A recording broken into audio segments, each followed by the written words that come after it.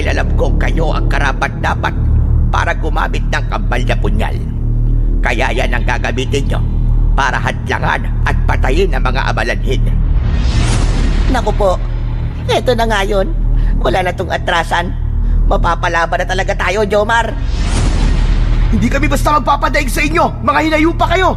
Kayo ang dapat mawala dahil mga salot kayo.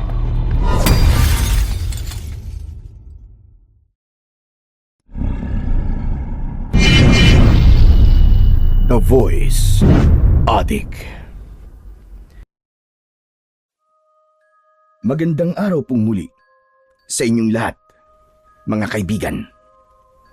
Sa araw na ito ay isa na namang kwento ng pakikipagsapalaran at kababalaghan ang aking ihahatid sa inyo.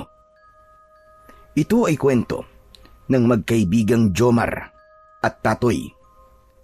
Nagbakasyon sila sa malayong probinsya ng Lola Rubina ni Tatoy.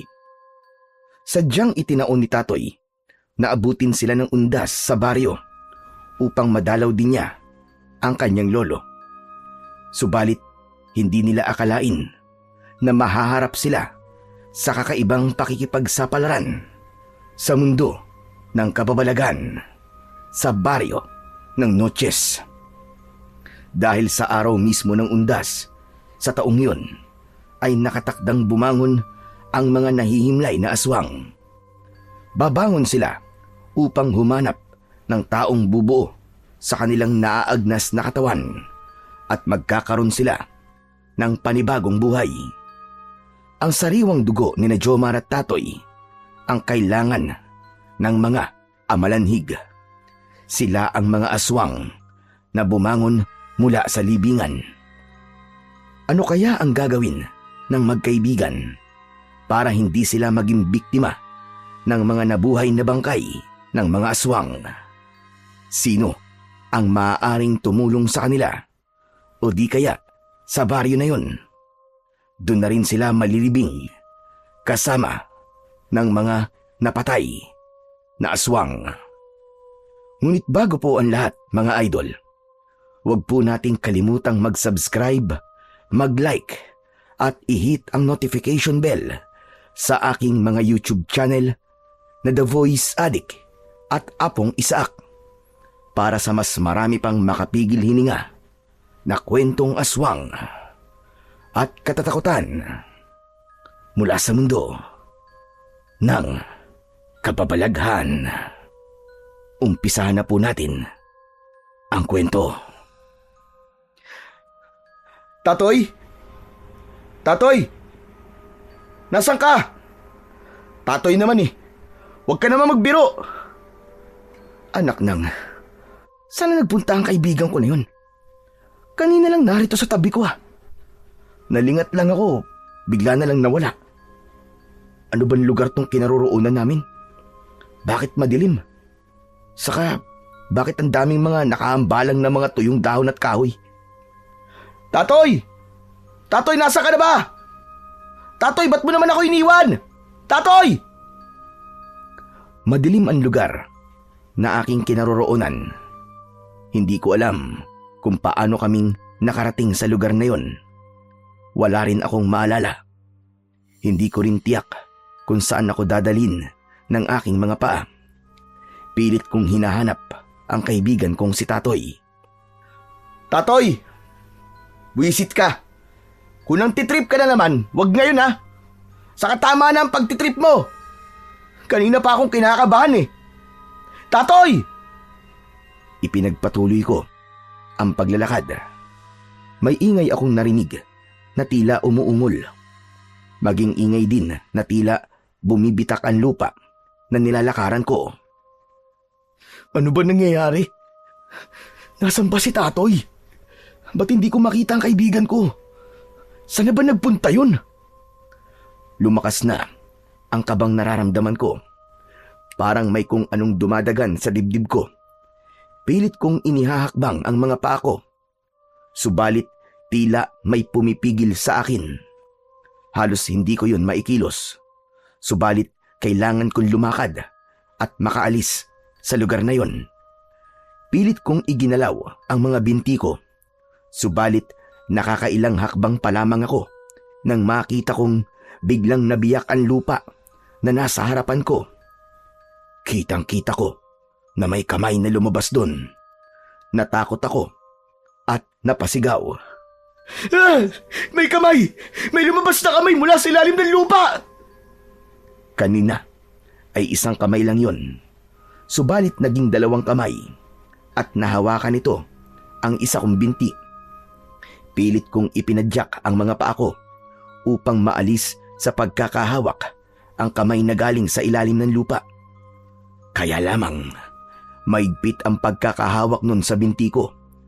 Ubod lakas kong ikinilos ang aking mga paa. Kasabay nun ay unti-unti ring lumalabas mula sa bitak ng lupa ang may-ari ng kamay. Ganun na lamang ang pagkagulat ko nang makita ko ang kaibigan kong si Tatoy ang may-ari ng kamay na nakahawak sa binti ko. Jomar! Tulog! Tulungan mo ako! Maawa ka! Kinakain ako ng lupa, Jomar! Jomar! Bakit ka nandyan, Tatoy? Ano nangyari sa'yo? Huwag ka nang marami pantalog! Gusto mo bang mag-question and answer pa tayo dito bago mo ako tulungan? Papihira ka! Paano ka napunta dyan? Naka naman ang teteng, Jomar, oh. Kinakain na nga ako ng lupa. Gusto mo pa rin alamin muna kung paano ako napunta rito. Tulungan mo na ako! Nagtataka lang kasi ako eh. Tulungan mo na lang ako! Maawa ka naman sa akin, Jomar! Okay, akin na yung kamay mo at hihilahin ko para makaahon ka sa lupa. Ito na ang kamay ko. Hawakan mo ng mahigpit. Oo, hawak ko na, hihilahin ko na. Bibilang ako ng 3, ha? Tapos, hilahin mo ako. Oh, sige, sige. Bilisan mo, nangangawit na ako.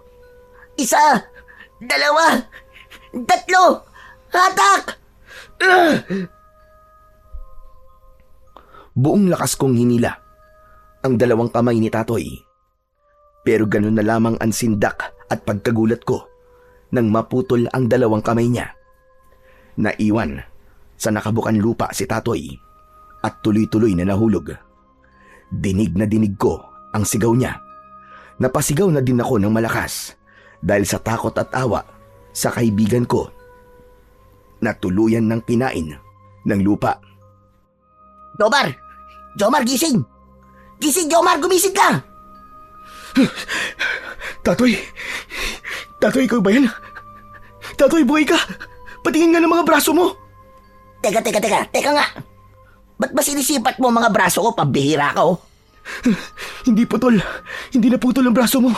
Saka, hindi ka din kinain ng lupa. Pards! Hoy, ayos ka lang ba?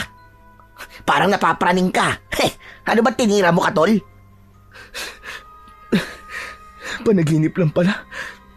Panaginip lang pala ang lahat ng yun. Tama ka. Talagang nananaginip ka, Pards. Panay nga ang ungol mo eh. Nakakahiya ka. Nakatingin tuloy yung mga katabi natin dito sa barko. Dahil puro ka ungol. Lakas-lakas pa naman. Hindi ko maintindihan kung nahihirapan ka ba o nasasarapan ka dahil sa ungol mo eh. Iginala ko ang paningin ko. Maraming tao roon. Narinig ko rin ang ingay ng ferry na aming sinasakyan. Oh, bakit? Huwag mong sabihin nagtataka kung nasan ka.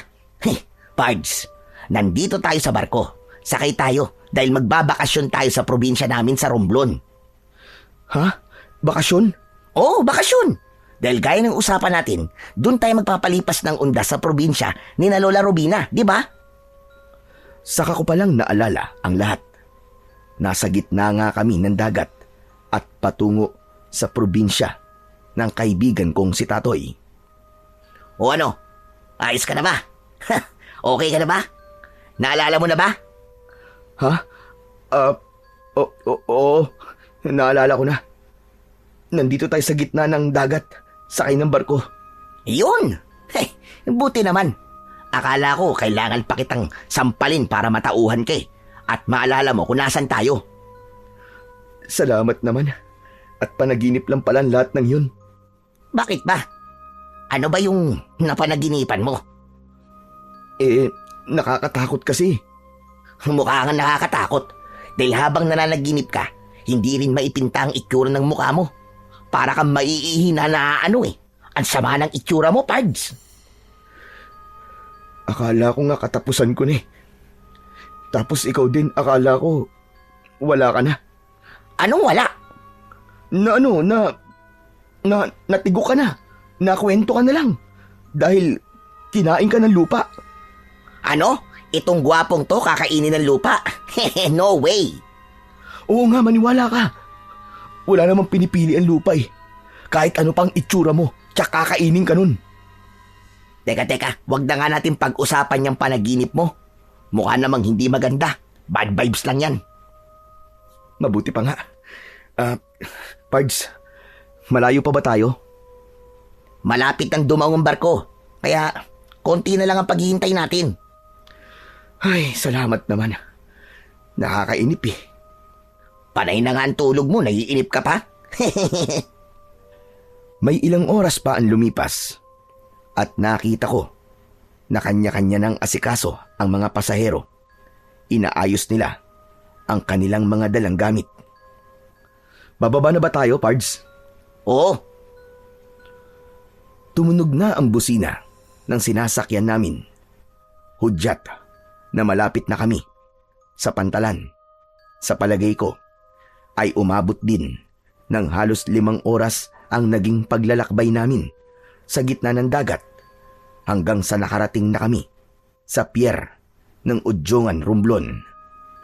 Saglit pa ay naramdaman kong halos hindi na gumagalaw ang barko. Nagkanya-kanyang tindig at galaw na rin ang mga pasahero. Nandito na tayo, Pards. Oo, nakapondo na ang barko eh. Pero maya-maya na lang tayo bumaba. Mahirap makipagsabayan sa ibang pasahero. Makikipagsiksikan tayo. Saka, hindi naman tayo nagmamadali eh. Kaya okay lang, namamaya na lang tayo. Paunahin na natin sila. Okay, sige. Ayoko rin naman makipagsiksikan eh. Nagpalipas muna kami ni Tatoy ng konting sandali pa hanggang sa mabawasan ang mga pasaherong bumababa ng barko. Inayos ko na lang ang dala naming bag. Wala namang kaming dalang maraming gamit. Tig-isang bag lang kami ni Tatoy dahil hindi rin namin planong magtagal sa lugar ng kanyang lola. Mga 3 o 4 na araw lang kami doon. Kaya naman, hindi na kailangan magdala ng maraming gamit. Nang makita ni Tatoy nakakaunti na lang ang mga natirang pasahero ng barko, ay niyaya na rin niya ako para bumaba. Mas mainam na nga na hindi makipagsabayan sa ibang mga pasahero para malaya kang makakakilos. Pagkababa namin ng barko, ay may mga nag-aabang na jeep para sa mga bagong dating. Nakipag-usap si Tatoy sa driver para malaman kung saan ba ang destinasyon nun. Pagkatapos makausap ni Tatoy, ay niyaya na niya ako para sumakay. Saglit lang ay napuno na ang jeep na sinasakyan namin at umalis na rin ito. Maayos naman ang kalsada na aming tinahak, kaya maayos ang takbo ng sasakyan. Pards, malayo pa ba tayo? Medyo. Siguro, Pards, mga kalahating oras pa tayo. Tapos yun na ba ang bahay ng lola mo? Hindi pa. Sasakay uli tayo? Oo naman. Habal-habal naman ang sasakyan natin.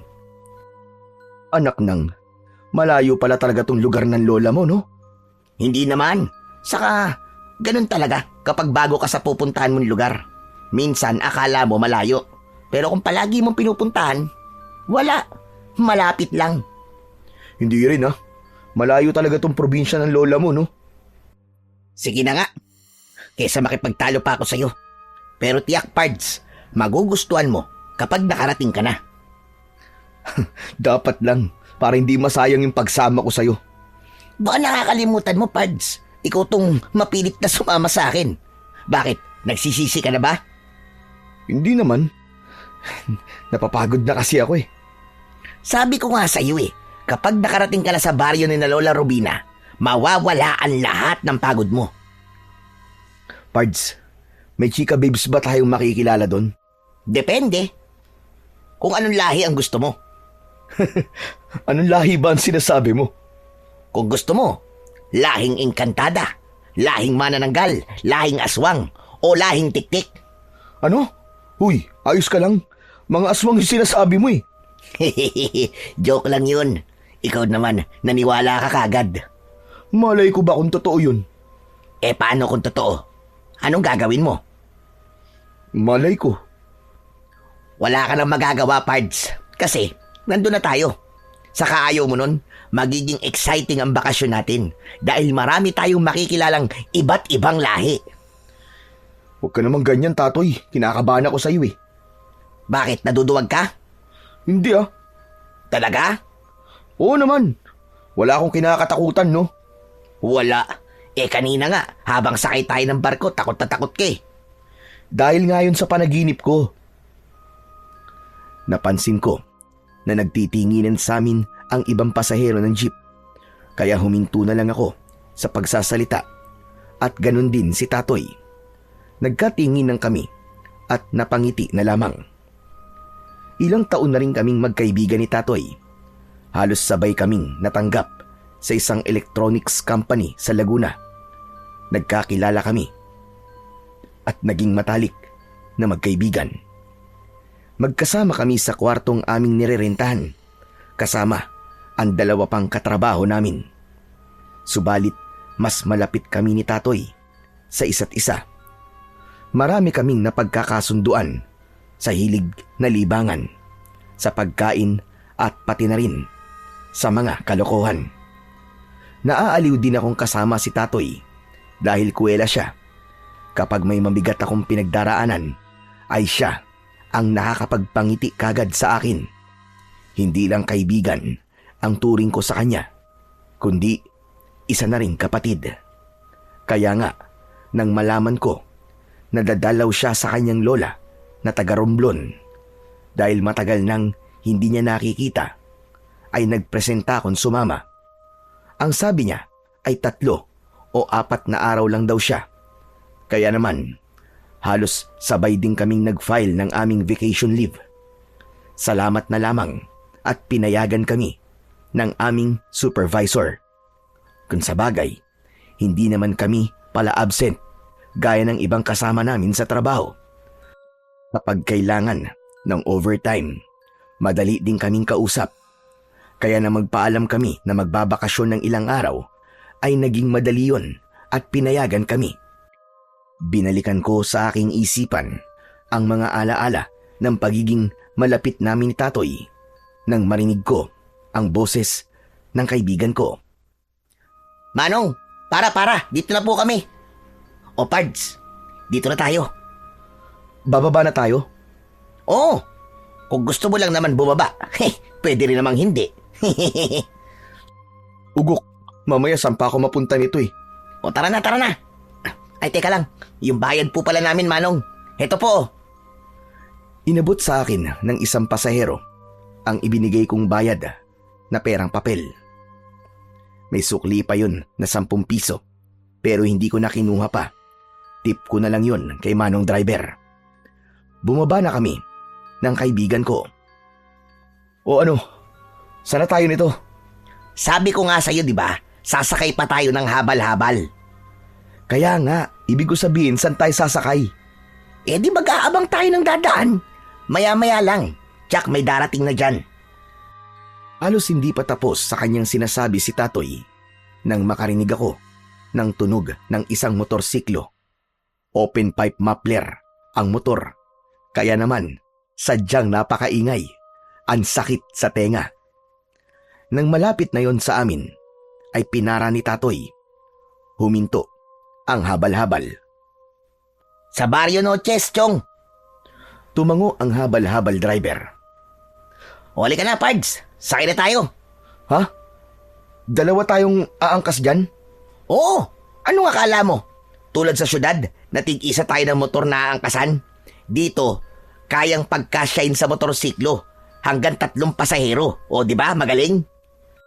Sigurado ka? Pards, hindi ba masikip? Ayaw mo nun? Dikit-dikit tayo, pwede tayo magkaamuyan at magkapalitan ng mga muka. Halika na, huwag ka na mag-inarte. Hindi uso dito yon. Ang totoo, hindi naman ako maarte. Yun nga lang, naninibago ko sa ganung uri ng transportasyon. Tapos, higit sa isa ang isasakay sa motorsiklo. Kaya lamang, wala akong magagawa dahil yun ang kalakaran sa lugar na yun. Isa pa, mukhang bihira lang ang sasakyan. Kaya naman, nauna na akong sumampa sa motorsiklo at sumunod naman si Tatoy. Dahil napagitnaan ako ni Tatoy at ng driver, kaya pakiramdam ko ay naiipit ako. Ayoko nang magreklamo pa. Nakakahiya. Baka kung ano na ang isipin nila. Lalo na kay Tatoy. Ako ang nagpumilit na sumama, kaya wala akong karapatang magreklamo. Rough road at may malalaking lubak ang dinaraanan ng habal-habal. Kaya pala ganun ang sasakyan dahil yun lang ang sasakyan na talagang uubra sa ganung klase ng daan. Umabot din ng nasa kalahating oras ang naging paglalakbay namin. Nang huminto na ang sinakyan naming habal-habal, ay wala pa rin akong makitang mga bahay. Kaya naman, napatingin ako kay Tatoy. Alam niya na nagtataka ko. Oh, ba't ganyan ka naman kumakatingin, Pards? Napunta lang tayo sa probinsya ng lola ko. Parang bigla ka nang nagbago ah. Hoy, kursunada mo ako no? Hehehe, walang talo-talo, Bok. Ugok, sira ulo. Anong kursunadang sinasabi mo? Hindi, uy. Eh, ba't ganyan ka kumakatingin sa akin? Kasi nga, wala pa rin akong nakikitang mga bahay. Eh, kasi nga, maglalakad pa po tayo. Wow, ibang klase. Ano bang lugar tong probinsya ng lola mo? Parang dulo na to ng daigdig ah. Hindi naman, kundi boundary pa lang papunta sa dulo ng daigdig.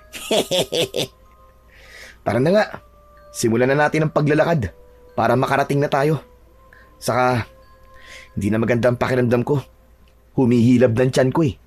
Oh, walang problema dyan. Malawak ang CR dito. Ha?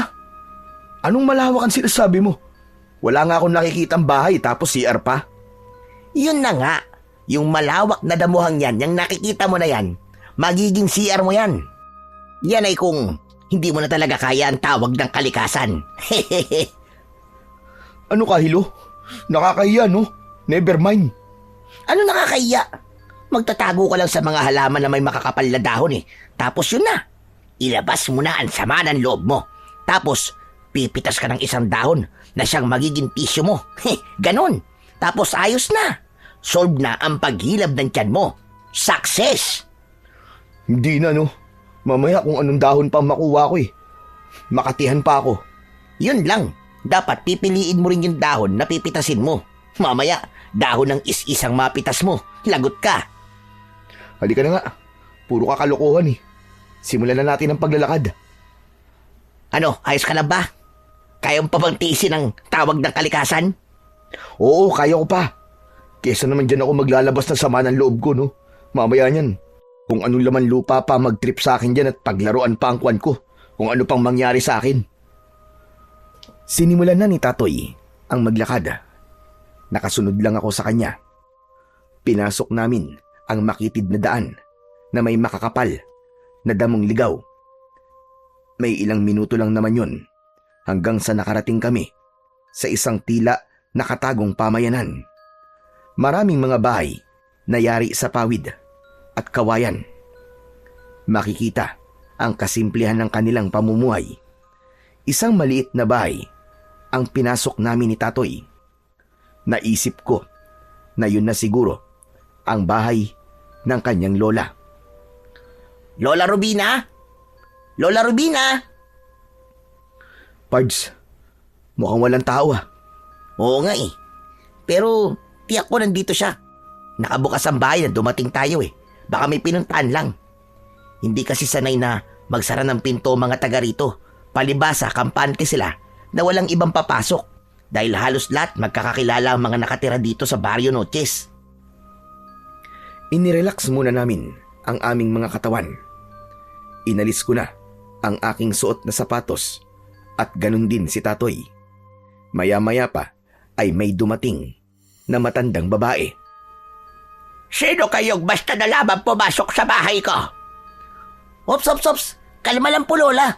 Huwag po kagad mainit ang ulo nyo. Yaski bata ka. Ikaw ba yan, Tatoy Apo? Hehehe. Oo naman po, Lola Rubina. Ang saksakan na gwapong apo nyo. Hehehe. Maigi naman at naisipan mong pumasyal din eh. Siyempre naman po. Gusto ko kayong bisitahin, Lola. Ay, siya nga pala. Kaibigan ko po, si Jomar. Kumusta po kayo, Lola Rubina? Aba, magandang lalaki tong kaibigan mo, Jomar ah. Lola, kaibigan ko yan ha. Mukhang kursunado niyo pa yata ah. Si Raul ah. Loko-loko batang ito. Ano ba sinasabi mo? Hehehe. Hindi po yan talo. Huwag niyo pong gayumahin, Lola. Ano? Marunong manggayuman, Lola mo? Loko ka talaga, Tatoy. Baka mamaya maniwala ang kaibigan mo sa'yo. Hehehe. Joke lang yun, Pards. Fake news yun. Ikaw naman, di ka pa nasanay sa mga kalokohan ko. Sandali nga lang at ipag-ahanda ko kayo na makakain. May niluto akong adobo sa gata na native na manok. Alam ko na paborito mo yun na po. Wow, ayos na ayos yun, Lola. Kaya pala, naisipan ko magkatay ng manok para lutuin dahil meron akong darating na mga bisita. Galing niyo talaga, Lola. Naramdaman niyo po yun? Kutob ko lang yon. Pero heto at nagkatotoo nga. Dumating kayo. Naghanda ng masarap na hapunan ang Lola Rubina ni Tatoy. Mukhang masarap ngayon dahil amoy pa lang ay natakam na ako. Kaya lamang naalala ko yung sinabi ni Tatoy kaya bigla kong nawalan ng gana. Tungkol yun sa gayuma. Ayaw mo ba ng pagkain inihanda ko, Jomar? Pards, kumain ka na. Kapag naragdagan ng laman ng tiyan mo, Jack, matutuloy na yung pagbabawas mo. Huwag ka mag-alala. May CR dito, kaya hindi ka pupunta sa kakawayan. Teka, ayaw mo ba kumain? Busog pa ako, Tatoy eh. Busog? Halos wala tayong kinain sa biyahe. Nako, alam ko na yan. Natakot ka sa sinabi ko kanina, no? Na baka gayumahin ka ni Lola? Akala mo siguro may halong gayumay ang inihanda niyang pagkain. Uy, siraulo ka. Huwag kang tamang hinala. Nagbibiro lang ako. Sabi ko nga sa'yo, joke lang yun. Fake news lang yun. Huwag kang maniwala. Ayan, nakita mo na, Tatoy. Dahil sa kalokohan mo, naniwala tuloy itong kaibigan mo. Pards, ano ka ba? Kaibigan mo ko. Ipapahamak ba naman kita? Walang gayuma yan. Sige na, kumain ka na para matikman mo kung gaano kasarap magluto ng adobo sa gata na native na manok si Lola Rubina. Sige na! Totoo naman ang sinabi ng kaibigan kong si Tatoy. Noon lang ako nakatikim ng ganung luto ng manok. Para bang chicken curry, pero mas masarap dahil purong gata ang siyang ipinangluto sa manok. Noon lang din ako nakatikim ng native na manok. Hindi kasing lambot ng chicken na 45 days, kundi mas malasa. Marami akong nakain. Nawala na rin sa isip ko ang tungkol sa gayuma dahil pinatunayan ng kaibigan ko na biro lang ang lahat ng sinabi niya. Pagkakain ay nagpahinga na kami ni Tatoy. Maya-maya lang ay nagsimula ng kumagat ang dilim. Yun ang magiging unang gabi namin sa Barrio Noches sa Lola Rubina ni Tatoy. Malamig ang simoy ng hangin ng gabing yun. Umiiral na ang hanging amihan na siyang lalong nagbigay ng malamig na simoy. Dahil wala nang gagawin si Lola Rubina, kaya lumapit siya sa amin. Ramdam ko na plano niya ring makipagkwentuhan, kaya siya na ang nagbukas ng pag-uusapan. Natutuwa talaga ako at naisipan mo kung dalawin dito, Apo. Sabi ko nga po sa inyo, Lola Rubina, na-miss ko po kayo. Hindi tunay na lola ni Tatoy si Lola Rubina dahil patay na ang kanyang lolo at lola sa side ng kanyang nanay. Samantalang sa side naman ng kanyang tatay ay masyadong malayo ang mga ito dahil nasa Mindanao. Ang Lola Rubina niya ay tiyahin ng kanyang tatay, kaya lumalabas na apo sa pamangkin si Tatoy. Pero ayoko nang alamin pa yun, basta't lola siya ng kaibigan ko. Yun na lamang ang iniisip ko. Hanggang sa nagpatuloy sa pakikipag-usap sa amin si Lola Rubina. Kaya lang sa dami ng araw, nadadalaw ka rito. Bakit ngayon pag malapit na ang undas? Hindi mo nalang itinaon na magpapasko para dito ka nalang sana nagpasko. May iba po kasi akong lakad sa Pasko, Lola eh. Kaya nga po, plano po kasi namin na doon naman sa probinsya namin sa Pampanga magpasko. Ang sarap talaga na buhay kapag wala pang pamilya. Ano bang oras ay maaaring gumala. Tama po kayo, Lola. Kaya nga, sinasamantala namin magkaibigan ang gumala. Para po kapag pareho na po kami may pamilya, focus na lang po kami sa pamilya namin. Tama yun. Nag-aalala lang kasi ako sa panahon ng pagbisita nyo dito sa Barrio Noches. Ha? Bakit po, Lola? Para kasi mali ang timing nyo. Bakit po? Ano po bang mali? Dahil ilang araw na lang ay undas na, ganun ho ba? Bakit po, Lola? May kakaiba po bang nangyayari dito kapag undas? Hindi na sinagot yun ni Lola Rubina, kundi nagpaalam na ito na sinabayan pa ng paghikab. Ipinakita niya na inaantok na siya. May isang maliit na kwarto sa bahay na yon, at yun ang tulugan ni Lola Rubina. Samantalang kami naman ni Tatoy ay sa ibaba lang ng bahay. Magkatabi kaming matutulog sa kamang kawayan na nilatagan ng banig na gawa sa buri. Tahimik na ang gabi at mas lalo pang lumamig ang simoy ng hangin. Maraming puno sa lugar na yon, kaya lalo lang nagbigay ng malamig na klima. Hindi ko alam kung ilang oras na kaming natutulog ni Tatoy. Nagising ako na tila nahihirapang huminga. Yung pala ay nakasampay sa leeg ko ang isang braso ng kaibigan ko. Inalis ko yun na tila ba may pagkainis dahil nga nagising ako.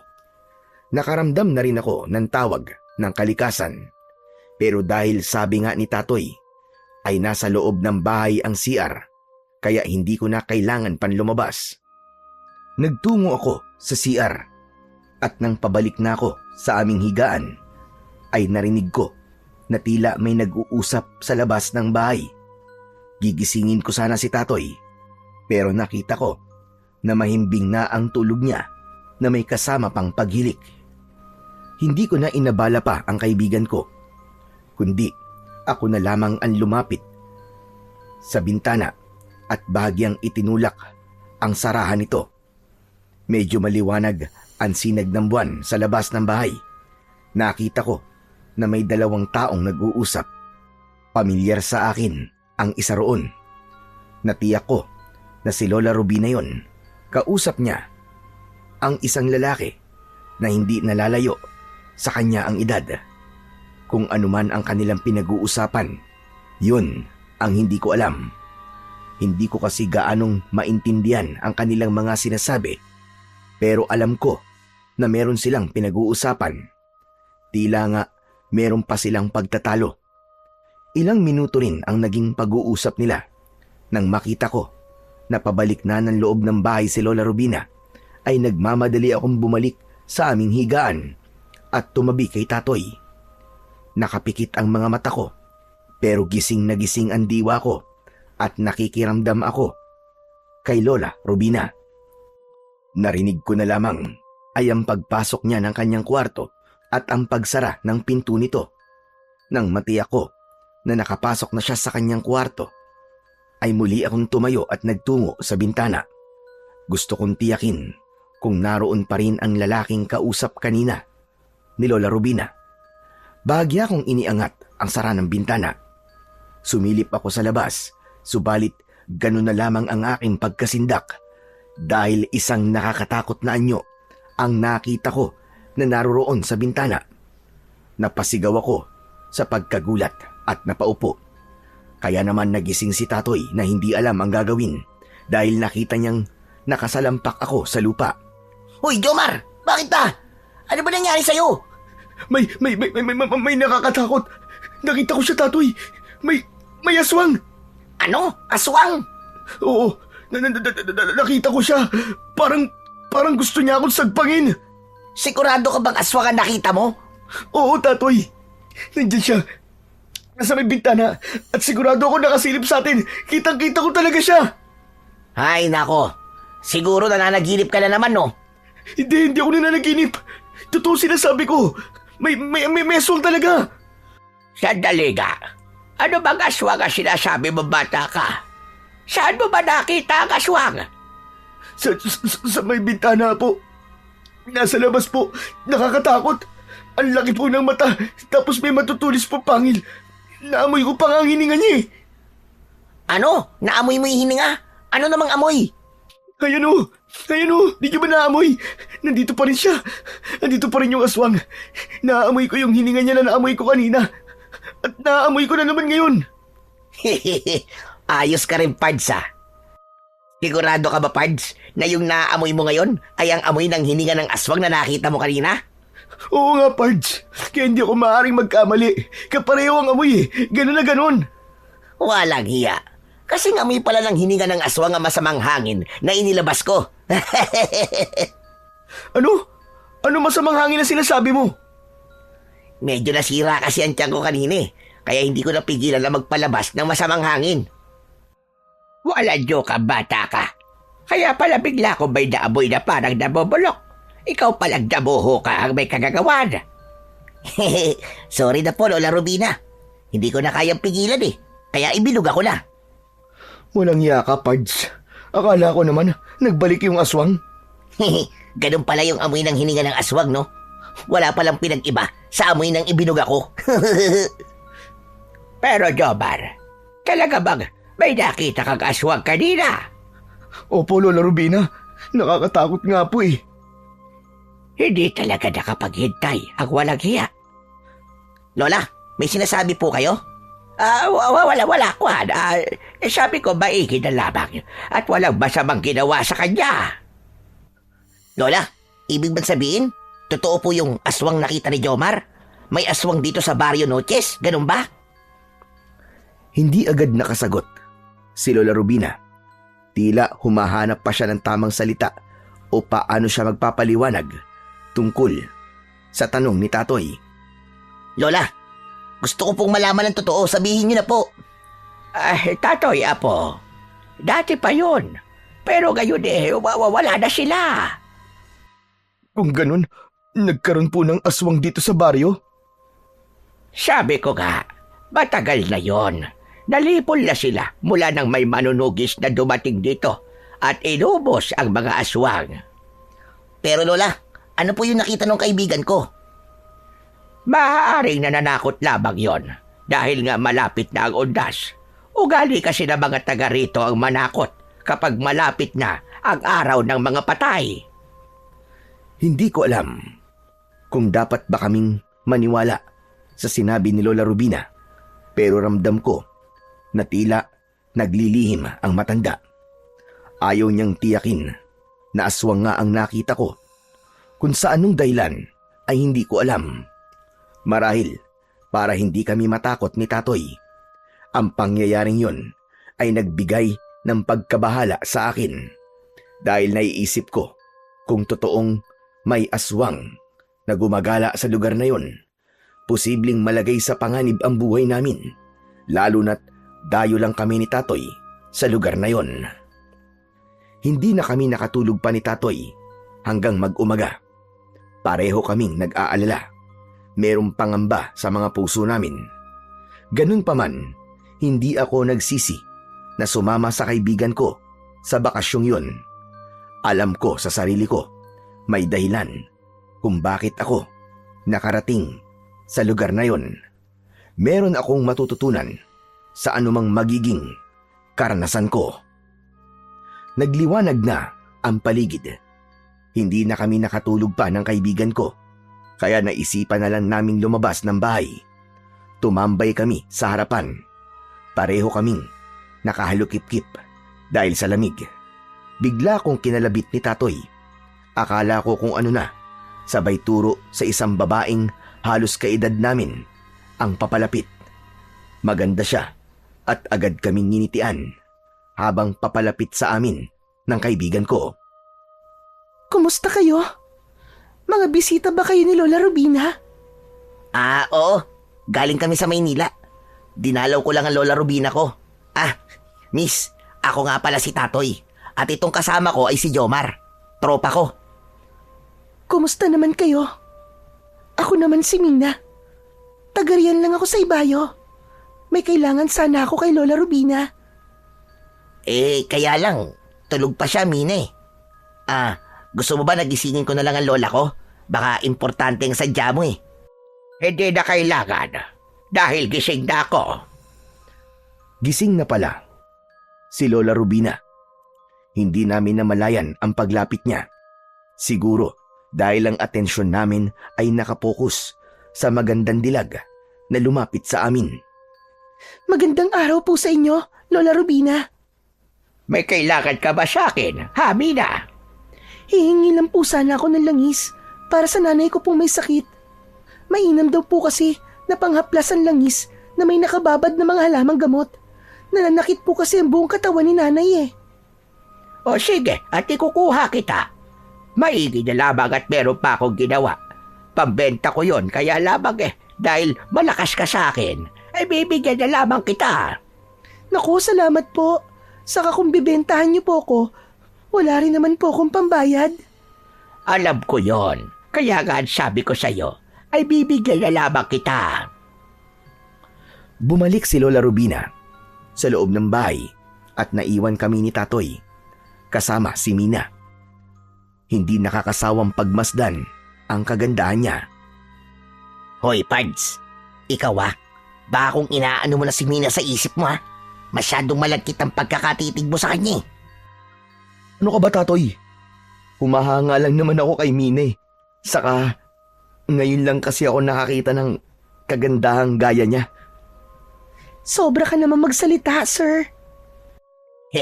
Jomar, tinawag ka sir ni Mina. Mukha ka bang teacher? Masyado namang formal yung sir. Jomar na lang, Mina.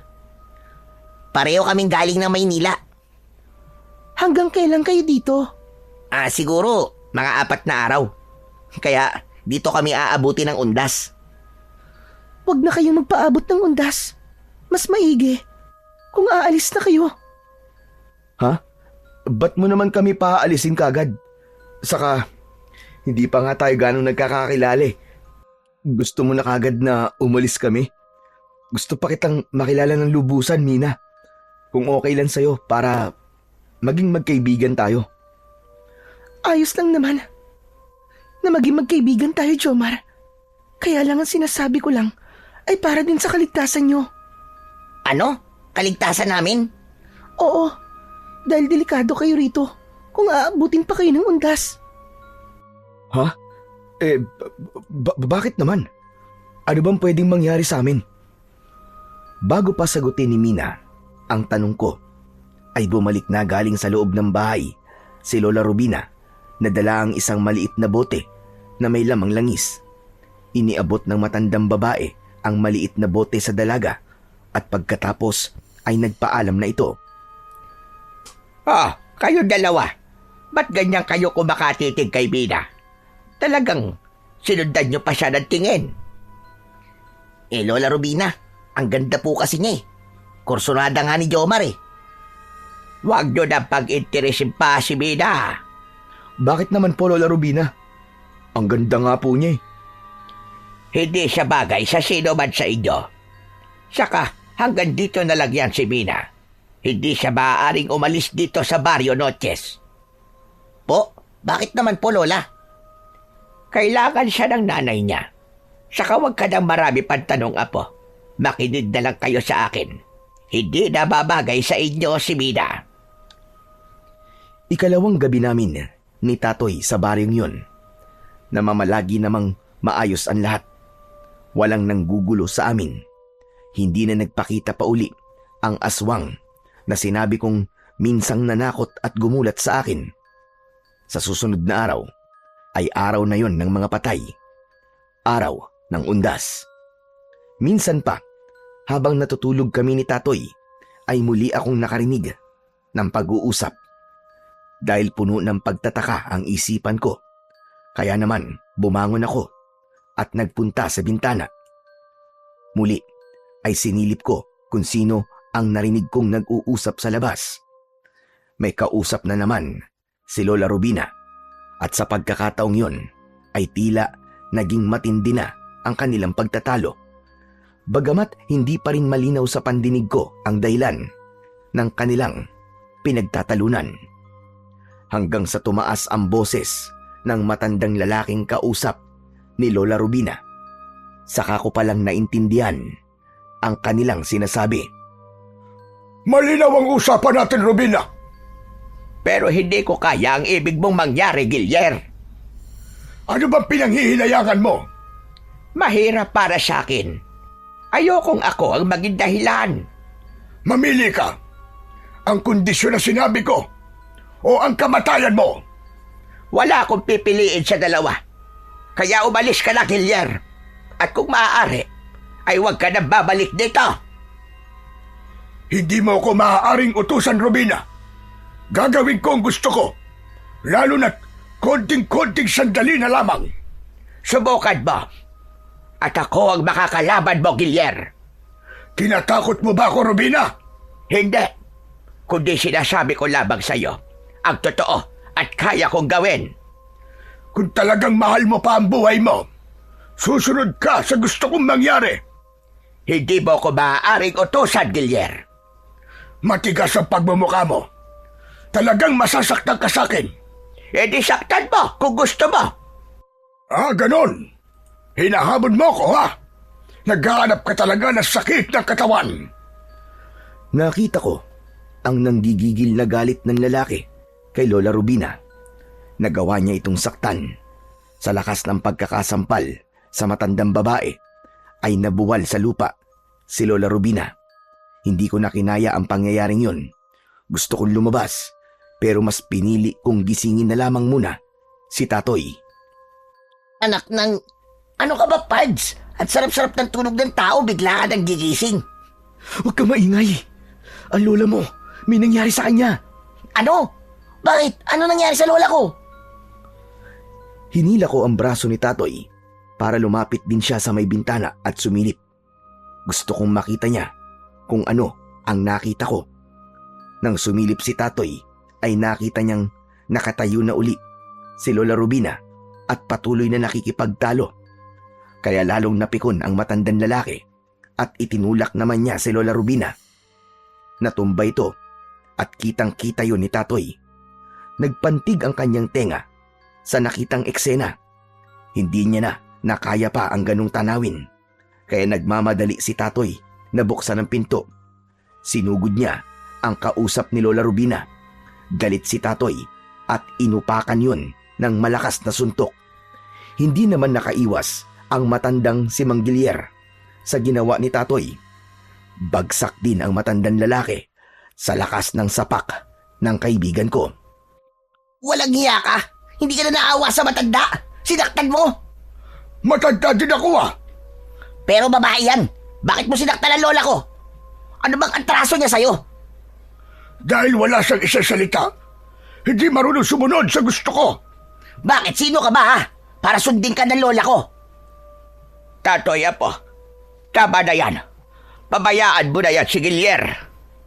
Lola, hindi pwedeng hayaan namin ang lokong yan. Sinaktan ka niya eh. Tapos baliwala lang. Kung ayaw mo may masamang mangyari sa'yo, sige na, umalis ka na rito. Alis! Oh, narinig mo naman ang sinabi ng kaibigan ko. Umalis ka na, tanda! Tumayo sa pagkakasalampak sa lupa ang matanda na si Mang Gilyer. Subalit ang sama ng tingin niya kay Tatoy. Ang sama mo pang makatingin, ah. Pagbabayaran nyo ang ginawa nyo sa akin. Tandaan nyo yan. Aba, ang kapal nyo rin, ano? Kami ba talaga ang tinatakot mo? Ikaw na nga tong may ginawang katarantaduhan. Hindi pa ako tapos sa inyo. Hindi pa ako tapos. Ang dami mong pang sinasabi. Sige na. Umalis ka na, tanda. Tsupi! Layas! Walang lingon-lingon na umalis na ang matandang lalaki. Pero kita sa mukha nito ang matinding galit. Inalalayan naman ni Tatoy si Lola Rubina para pumasok sa loob ng bahay. Tila magmumukhang liwayway na noon. Hindi nyo na dapat pag ginawa yun kay Gilier. Lola, ba't kayo natatakot sa lalaking yun? Puro yabang lang naman yun eh. Babae lang ang kayang labanan nun. Apo, ayoko lang magalit siya. Para rin sa inyo yun ang kaibigan mo. Para po sa amin, Lola Rubina. Oo, dahil gusto ko kayong protektahan. Saan nyo naman po kami poprotektahan, Lola? Sa kasamaan ng mga aswang. Sa mismong gabi ng undas. Ano pong ibig niyo sabihin, Lola? Teka, nalalabuan po ako eh. Ano po bang meron sa gabi ng undas? Saglit na nanahimik si Lola Rubina, pero alam niyang hindi namin siya titigilan. Marami kaming gustong itanong sa kanya, kaya para hindi na kami mag-usisa pa, ay siya na mismo ang nagsimula na magkwento sa mga bagay na kailangan naming malaman. Makinig kayong dalawa. Dahil alam kong dapat nyo na rin malaman ang tungkol sa bagay na yon. Sa gabi ng undas po ba tinutukoy nyo? Oo, Apo. Dahil ang baryong ito ay hindi nakagaya ng dati. Bakit, Lola Rubina? Ibang baryo na po ba to? Dating pangalan rin. Pero iba na ang kalagayan nito. Dahil naging baryo na ito ng mga aswang. Naku po, sabi ko na nga ba may kakaiba sa baryong to eh. Pero paanong nangyari yun, Lola Rubina? Saka, kung baryo na ng mga aswang ito, wala naman kami nakikitang mga gumagalang aswang ah. Maliban lang doon sa isang aswang na nakita ni Jomar. Pero hindi na naulit yun. Oo nga po, Lola Rubina. Paano po naging baryo to ng mga aswang? Nasaan po ang mga aswang? Patay na sila. Nakalibing sa sementeryong malapit lang dito. Oh, patay na po pala ang mga aswang na yun eh. Ano pong dapat niyong ikatakot? Sa gabi ng undas, nagkakaroon ng malaking pagbabago ang baryong ito. Lumalaganap ang kadiliman. Namamayani ang kasamaan ng mga kampon ng dilim. Ang mga aswang po ba? Tama ka, Tatoy. Ang mga patay na aswang ay babangon muli sa kanilang mga libingan. Kayong dayo dito. Kayo ang kanilang punteriya. Dahil yun ang ibig na mangyari ni Gilier. Sino po ba ang Gilier na yun? Siya ang supremo ng mga aswang na nakalibing. Hindi siya namatay? Gaya ng mga kauri niya, Lola? Kung titignan mo, ay buhay na buhay si Gilier. Pero ang totoo, patay na rin siya. Yun nga lang, nagkaroon siya ng panibagong buhay dahil na rin sa dayo na minsang napadpad dito. Nakainom siya ng dugo mula sa dayo na yon. Ang pag-inom ng sariwan dugo ng bumabagong aswang mula sa libingan ay siyang magpapabago ng naaagdas na katawan. Ano po? Narinig mo ang sinabi ko. Kapag nakatikim ng sariwan dugo, ang bumangong bangkay ng aswang ay mabubuo ng muli ang kanilang katawan. Babalik sila sa dati at magkakaroon ng pagkakataong mabuhay muli ng matagal upang ipagpatuloy ang kanilang pag-asik ng lagim. At dugo nyo ang paraan para mangyari yon. Kaya sa gabi ng undas, hahanapin nila kayo dahil kailangan ng mga nabuhay na bangkay ng aswang at sariwan dugo yung dalawa. Taon-taon po ba nangyayari yun, Lola Rubina? Hindi. Tuwing 50 taon. Sa darating na undas, ay 50 taon ng ganong ritual ng mga amalanhig. Kaya nga kailangan mag-ingat tayo at maging handa. Bakit kami lang po ang kanilang hahantingin? Kayo rin naman, Lola. May dugo rin naman kayo, di ba? Hindi na nila kailangan ng dugo ko, Apo. Hala, bakit po, Lola? Expired na po ba ang dugo nyo? Iba na po ba ang lasa? Malansa na po ba? Diyos mio, grabe ka naman sa akin, Apo. Pasmado na masyado yung buganga mo. Sariwa at nasa kasibulan ang dugo na kailangan ng mga abalanhig. Mas sariwa ang dugo, mas malakas yun para sa kanila. Mas madali para mabuo ang kanilang nasirang katawan. Sa maikling salita, ay kayo ang kailangan nila. Pero Lola, nakikita ko na meron naman pong kabataan din ang naririto sa baryo Gaya na lamang po ni Mina. Tama ka. May mga kabataan nga. Pero may nakatagong lihim sa likod ng mga kabataang nakikita nyo, mga apo.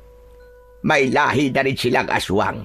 Hindi na interesado sa kanila ang mga nabubuhay na bangkay. Kung ganun, tayo lang talaga ang kailangan nila, Pards. Delikado tayo.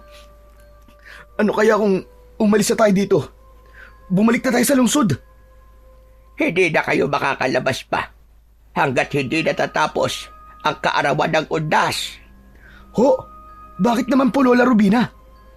Pipigilan na kayo ng mga taga-baryo, ang mga naninirahan dito. Bakit po?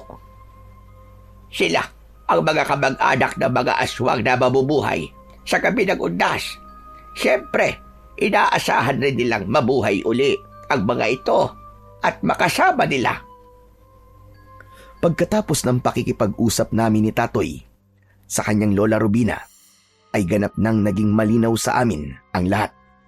Talaga nga palang nasa panganib ang buhay namin. Oh, ba't ganyan ka makatingin sa akin, Pards? Wala, Pards. Hindi lang ako makapaniwala sa magiging kapalaran natin dito. Buhay pa tayo, Jomar. Hindi pa tayo tigok. Teka nga, sinisisi mo ba ako, Pards? O nagsisisi ka ba na sumama sa akin dito? Hindi naman, Pards. Saka, ako naman ang naging mapilit na sumama sa'yo eh. Huwag kang mag-alala, Pards. Hindi tayo mapapahamak dito. Pero hindi mo ba narinig yung sinabi ni Lola Rubina? Wala nang kaparaanan para makaalis tayo dito. Dahil hahadlangan daw tayo. Tsak gagawin nila ang lahat para hindi tayo makaalis. Kung magpupumilit tayo, baka kahulugan na rin yun ng kamatayan natin. Alam ko, may paraan pa. Ano? Paano? Kilala ko si Lola Rubina. Hindi niya tayo pababayaan. Sana nga totoo yung sinasabi mo. Dahil ayoko pang mamatay, Pards. Gusto ko pang makabalik sa syudad at magkaasawa. Bakit? Ayaw mo na ba kay Mina? Mukhang okay naman siya. At sa tingin ko, kursunada ka rin niya. Hindi nga. Yun din ba napansin mo? Aba, oo naman. Malakas ang kutob ko. At madalas, nagkakatotoo. Pero okay lang ba sa'yo na magkaroon ng jowa na galing dito sa Barrio Noches? Oo naman. Kung yun ba ang magiging kapalaran ko, bakit hindi? Dahil wala akong makita sa syudad. Kaya nga hindi ka dapat mag-isip na mapapahamak tayo rito. Kailangan maging positive ka. Dapat ang isipin mo, makakaligtas tayo dito. Kasi nga, mag-aasawa ka pa, di ba? Tapos, magiging abay pa ako sa kasal nyo ni Mina. Ayos ka rin, no? Umabot ka na kagad sa kasalan, Ang bangis mo. Hindi ko pa nga alam kung magiging kami ni Mina. Saka, kung magkakasundo ba kaming dalawa. Basta, sure yun. Kaya kapag nakita ulit natin si Mina, huwag ka nang magpatumpik-tumpik pa. Diskartehan mo na kagad. Bago ka pa maunahan ng mga babangon na aswang na malanhig. Kung sa mga aswang rin lang naman, hindi ako magpapatalo, no? Hindi ako papayag. Bawang lang ang katapat nila. Talaga lang, ha? Sabi mo yan, ha? Atapang tao, ha?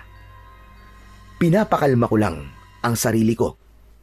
Pilit kong pinapalakas ang aking loob kahit na ang totoo ay abot-abot na rin ang nararamdaman kong kaba at takot. Subalit kahit paano, ang kabang yun ay napapalitan ng kahit konting kilig. Dahil yun, kay Mina.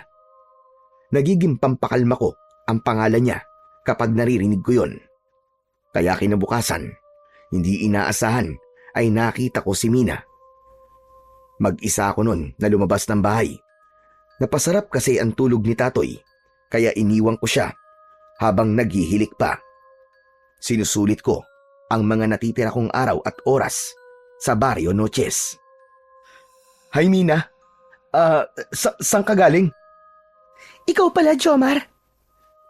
May inutos kasi sa akin si nanay. Nag-deliver ako ng niluto niyang sumang malagkit. May nagpagawa kasi sa kanya. Wow, masarap siguro ang sumang malagkit na gawa ng nanay mo, no? Oo naman. Kaya lang sayang pala. Kasi wala nang natira eh. Patitikimin sana kita. Ganun ba? Pero ayos lang. Pauwi ka na ba, Mina? Oo.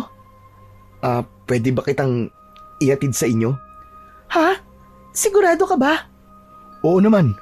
Para malaman ko rin kung saan ka nakatira. Sige. Ikaw ang bahala. Nauna nang lumakad si Mina at kasunod lamang niya ako. Habang naglalakad kami, ay may nakikita akong mga tao sa lugar na aming dinadaanan. Nasa kalye sila at hindi ko maipaliwanag ang pagkakatitig nila sa akin. Napansin ni Mina ang pagkabalisa ko sa mga kakaibang tingin ng mga taga Barrio Noches sa bawat lugar na aming dinadaanan. Jomar, okay ka lang ba? Ha? Oo naman. Okay lang ako. Mukhang naaasiwa ka sa mga tingin ng mga kababaryo ko. Oo nga eh. Hindi ko maintindihan ang mga tingin nila kung bakit ganun. Bago ka lang kasi dito. Kaya ganyan sila kung makatingin sa'yo. Baka nagagwapuhan lang sila sa'yo. Ganyan ba sila tumingin ng gwapo? Parang gusto nila akong sagpangin eh. Baka mukha kang masarap. Ha? Anong sinabi mo, Mina? Sabi ko, baka natutuwa sila sa'yo. Kasi nga, minsan lang sila makakita ng dayo dito sa baryo. May natatanaw na akong kubo, Mina. Iyan na ba ang bahay nyo? Oo. Pasensya ka na ha. Hindi maayos ang bahay namin. Ano ka ba? Walang kaso sa akin yun. Nang makarating kami sa bahay ni Mina, ay pinapasok niya ako. Sumalubong sa amin ang kanyang ina at ipinakilala niya ako.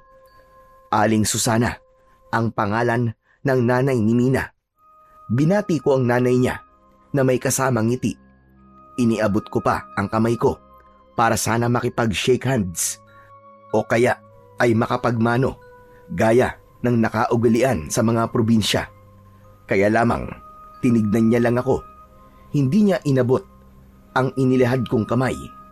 Sa maikling salita ay napahiya ako, pero hindi ko na yon pinansin pa. Sanay naman akong mabaliwala gaya ng mga dati kong niligawan at pinaasa lamang. Kaya lamang ang ipinagtataka ko ay ang kakaibang tingin sa akin ng nanay ni Mina. May talim ang mga tingin niya sa akin. Pinagmasdan niya ako mula ulo hanggang paa. Kung anuman ang ibig sabihin ng mga tingin niyang yon ay hindi ko alam. Subalit nagdulot sa akin yon ng kakaibang pakiramdam.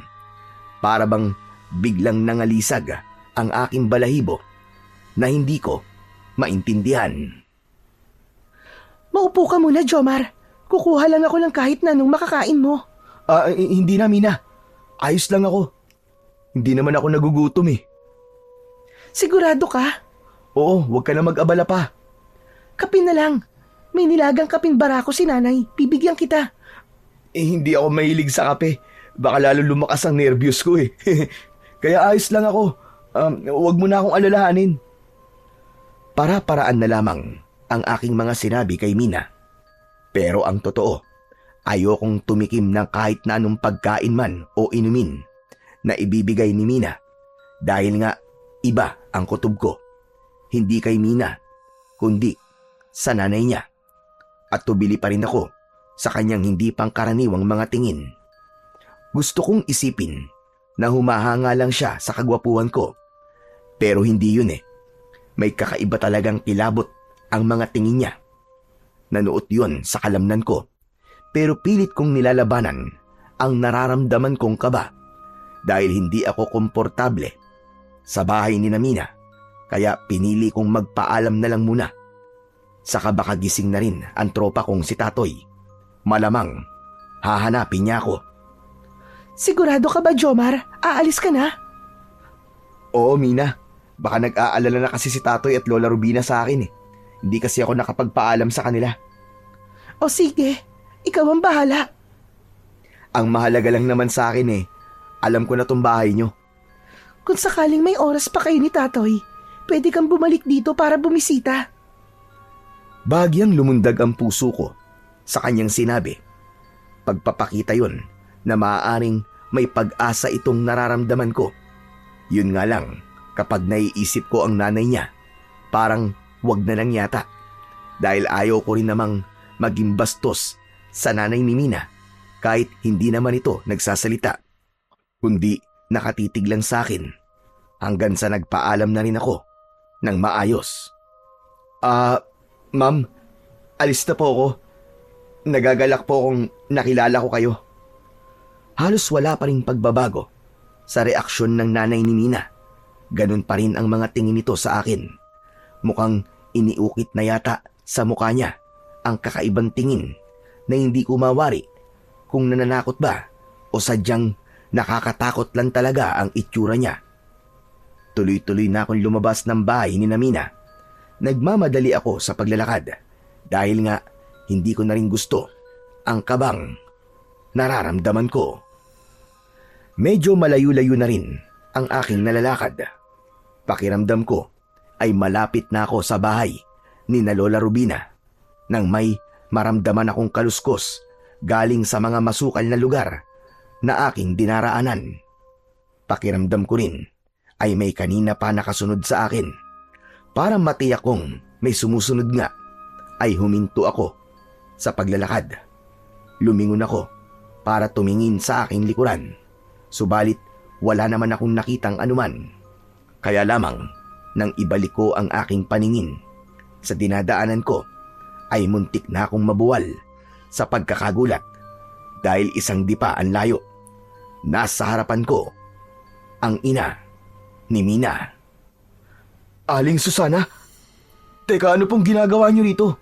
Saka paanong bigla na lang po kayong nauna pa sa akin? Samantalang iniiwan ko po kayo dun sa bahay niyo ah. Paano pong nandito na kayo? Sunod-sunod ang tanong ko sa nanay ni Mina. Pero gaya ng reaksyon nito nung nasa bahay siya ay wala pa ring pagbabago. Hindi ko mawari kung galit ba o nananakot. Hindi muna ako nakapagpatuloy sa paglalakad dahil nakaharang sa daraanan ko si Aling Susana. Matalim ang tingin niya sa akin at nakatitig naman ako sa kanya na naghihintay ng mga susunod na mangyayari. Hanggang sa ganun na lamang ang gulat ko at pagtataka nang biglang magbago ang anyo ni Aling Susana. Naging nakakatakot siya. Kumulubot ang kanyang balat. Naging madilim ang anyo ng muka. Napuno ng matutulis na ngipin ang kanyang bibig na halos hindi na yon maisara. Ang buhok niya ay naging magulo na tila ba mga alambre.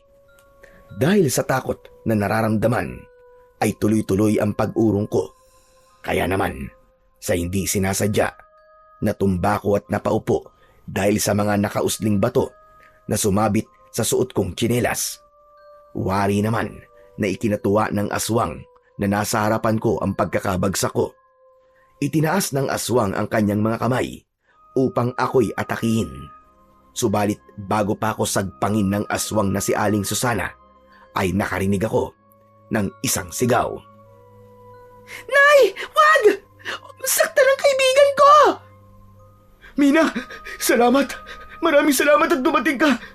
Anong nangyayari sa nanay mo? Bakit ganyan siya? Gusto niya akong patayin! Pasensya ka na, Jomar. Hindi ko rin alam kung bakit nagiging ganyan si nanay. Nagiging halimaw siya. Hindi mo alam? Hindi. Kailan lang nang nagkaroon siya ng pagbabago. Kaya nga lagi ko siyang binabantayan dahil dumarating ang oras na nagbabago ang anyo niya. Gaya na lamang ng nangyari ngayon. Ang totoo, hindi naman dati ganyan ang nanay ko. Mabait siya at mahilig makipagkwentuhan. Pero hindi na siya ganun ngayon. Halos hindi na rin siya nakakapagsalita, kundi laging masama akong tumingin, lalo na sa ibang tao. Alam kong naramdaman mo yung kanina, Jomar. Oo, Mina. Kaya nga, hindi na rin ako nagtagal dahil naiilang ako eh. At natatakot ako sa nanay mo. Hindi ako komportable. Alam ko yun. Kaya nga, sinundan kita dahil biglang nawala rin si nanay. At alam kong sumunod siya sa'yo. Pero huwag kang mag-alala, Jomar. Walang masamang mangyayari sa'yo. Ako ang bahala sa kanya. Pero sa nakikita ko, isa ng halimaw ang nanay mo. Isa na siyang aswang.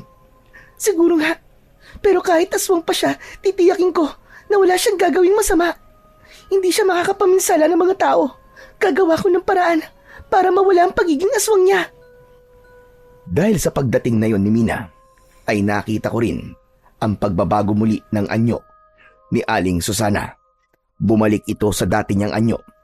Nawala ang pagiging isang halimaw. Pero ang nakakatakot na reaksyon ng muka ay namalagi. May ipinulupot si Mina sa kamay ng nanay niya. Mina, ano nilagay mo sa kamay niya? Isang kwintas. Nayari sa mga buto ng halamang gamot. Nakokontrol ng mga buto ng halaman ang anumang masamang espiritu na nasa katawan ng nanay ko. Nakalimutan ko lang kasing ilagay sa kanya kanina nang naroon ka sa bahay. Hindi sana nangyari ito. Sige na, Jomar. Iwan mo na kami. Umuwi ka na. Titiyakin ko sa'yo na hindi ka na masusundan pa ng nanay ko. Nang makarating ako ng bahay ni na Lola Rubina, ay naroon pa rin sa dibdib ko ang labis na kaba. Tama ang hinala ko na nag-aalala na sina Tatoy at ang lola niya sa akin. Akala nila ay may kung ano nang nangyari sa akin. Pards naman oh. Pinakaba mo ko ah. Akala ko napahama ka na eh. Bakit kasi hindi ka man lang nagpaalam na maglalakad-lakad ka pala? Pasensya na po kayo, Lola Rubina. Tatoy, tulog pa kasi kayo kanina eh. Pero wag na po kayong magalit. Wag na po kayong mag-alala dahil okay lang naman po ako eh. Sure ka ba? Ayos ka lang? Pansin ko kanina na dumating ka para ka namumutla eh. Para bang nakainom ka ng sangkaterbang suka. Kitang-kita ko kaya sa mukha mo ang kaba. May nangyari ba? Hindi ko kailangang ilihim ang mga nangyari at naging karanasan ko ng araw na yon. Kaya naman, nagpasya na ako na sabihin kay Tatoy at Lola Rubina ang nangyari sa akin. Anak nang, buti na lang pala. Hindi ka pinabayaan ni Mina. Oo nga, Tatoy. Ayaw rin niya ako mapahamak at gumawa ng masama ang kanyang nanay sa akin. Ang nangyari kay Susana, sa nanay ni Mina, katunayan lang yon na nagkakaroon na ng bisa ang lakas ng mga abalanhig. Lalo na't mamayang gabi na ang pagpasok ng undas. Yun na rin ang simula ng pagbangon ng mga namatay na aswang na ipapasa na nila ang pagiging aswang. Kailan pa po naging aswang ang nanay ni Mina? Kailan lang din, napasahan siya ng pagiging aswang. Subalit, kulang pa ang kanyang kakayahan. At sa pagbangon ng mga namatay na aswang, ay magkakaroon siya ng panibagong lakas. Sa pamamagitan yon ng sariwan dugo na kanilang maiinom mula sa mga dayong kagaya mo. Kung nanay ni Mina ay aswang, ibig sabihin, aswang din po si Mina? Magyayari yun sa hinaharap sa takdang panahon kapag naipasa na nila kay Mina ang pagiging aswang. Lalo na kapag malapit na silang mamatay. Ililipat lang nila ang pagkaaswang sa kanilang maiiwang kadugo. Kung ganun, ang pagbangon ng mga namatay na aswang ang kailangan makontrol, Lola Rubina. Dahil nasa kanila ang susi. Para lalo sila lumakas at dumami ang aswang dito sa Barrio Noches. Tama ka, Apo. Kaya kailangan ko ang tulong yung dalawa. Yan din siguro ang dahilan kung bakit kayo napadpad sa baryong ito. Kaya naman, ng araw ding yon, pagkatapos namin mag-almusal, ay masinsinan kaming kinausap ni Lola Rubina. May mga dapat daw siyang sabihin sa amin, lalo na't hinihingi niya ang tulong namin ni Tatoy. Isang lumang banga ang kinuha ni Lola Rubina sa isang lugar sa kanyang bahay. Ano po meron sa banga na yan, Lola? Nasa loob dyan ang ilang bagay na maaari niyong gamitin para hadlangan ang mga babangong amalanhig na maghahasik ng lagim dito sa baryo. Nakikinig lamang ako sa mga sinasabi ni Lola Rubina. Binuksan niya ang takip ng banga. Napansin ko ang kulay abong usok na lumabas sa loob nun nang tanggalin na niya ang takip. Saka kinuha sa loob ng banga ang bagay na nababalutan ng itim na tela. Ibinaba niya yon sa aming harapan. Kapwa naman kami tahimik ni Tatoy. Naghihintay na alisin ni Lola Rubina ang nakabalot na itim na tela. Tinanggal ni Lola Rubina ang buhol sa telang itim. Binuksan niya yon. Tumambad sa harapan namin ng kaibigan ko ang kambal na punyal. Subalit puti ang kulay ng talim nito. Tig-isang ibinigay yun sa amin ni Tatoy.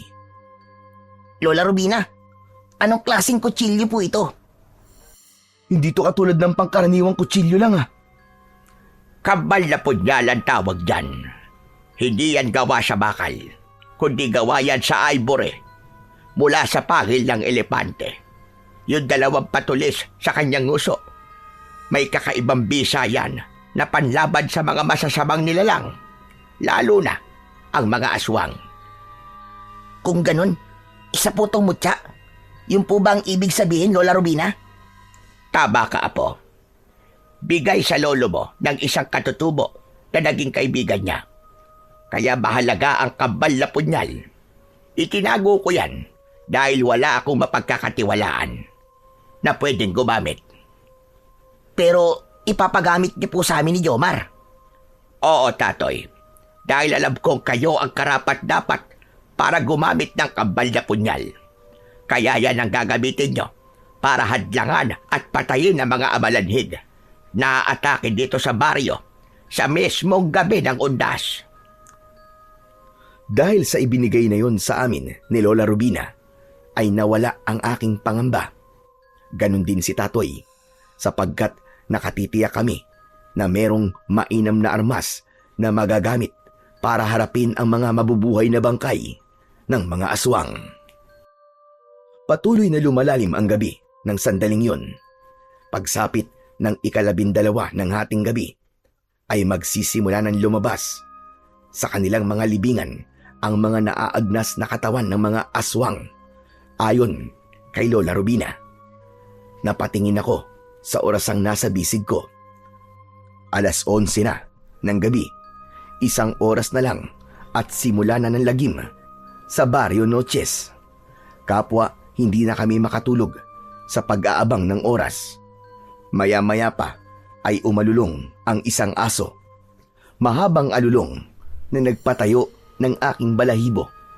Nasundan yun ng iba pang aso na sumali na rin. Hanggang magkakasabay na umalulong ang mga aso sa baryo.